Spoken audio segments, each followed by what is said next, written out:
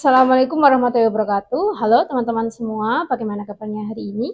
Tentunya kalian baik ya. Kembali lagi bersama EBP Andi Utomo, konten pendidikan dan juga edukasi bersama saya, Kak Aini. Nah, teman-teman tentunya masih bingung ya untuk belajar tenses dalam bahasa Inggris. Bagi kita yang terbiasa dengan bahasa Indonesia, mempelajari tenses menjadi hal yang sangat sulit ya, karena banyaknya aturan di dalamnya. Nah, cara utama untuk mempelajarinya adalah dengan memahami rumus dan juga mengetahui saat kondisi apa tenses tersebut digunakan. Nah, hari ini kita akan lanjut mempelajari tenses yaitu simple past tense. Simak penjelasannya berikut ini ya, teman-teman. Oke, simple past tense ya. Jadi simple past tense ini digunakan untuk membicarakan kejadian yang sudah selesai di masa lampau atau di masa lalu. Nah, kita langsung saja ke contohnya sambil saya jelaskan nanti bagaimana cara atau bagaimana rumusnya ya. Jadi contohnya, he went to a restaurant last night. Nah, dia pergi ke restoran malam kemarin ya, kemarin malam. Nah, jadi rumusnya adalah subjek, kemudian verb to atau verb 2 ya, kemudian ada objek dan juga ada keterangan waktu.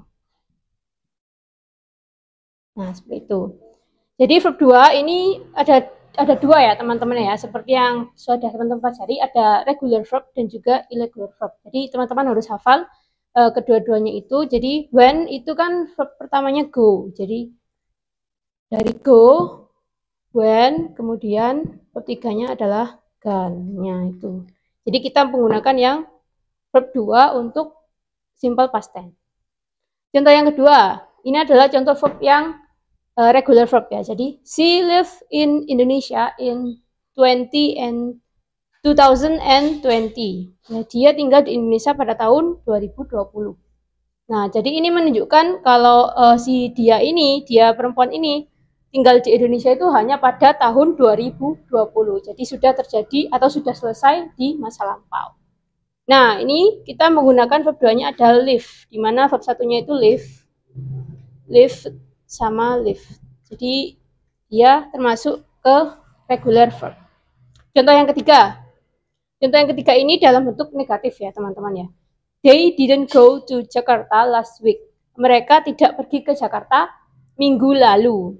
Nah, untuk yang kalimat negatif yang awalnya di simple past tense itu kita menggunakan do, di simple present tense kita menggunakan do, di simple past tense kita gunakan did.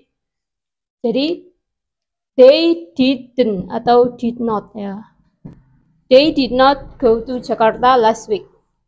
Jadi dia tidak pergi ke Jakarta minggu lalu. Nah, untuk verbnya karena kita sudah menggunakan did dalam bentuk pastnya, maka verbnya itu kita menggunakan verb pertama. Jadi kembali ke verb one ya. Jadi yang ini, yang pertama, bukan yang kedua atau yang ketiga. Oke, yang terakhir itu kita menggunakan to be ya. I was in Japan last year. Saya berada di Jepang tahun lalu. Nah, ini dia menunjukkan bahwa dia berada di Jepang itu tahun lalu saja gitu. Jadi sekarang sudah tidak berada di Jepang lagi. Nah, untuk penggunaan to be ini kan untuk di simple present tense itu awalnya menggunakan am ya.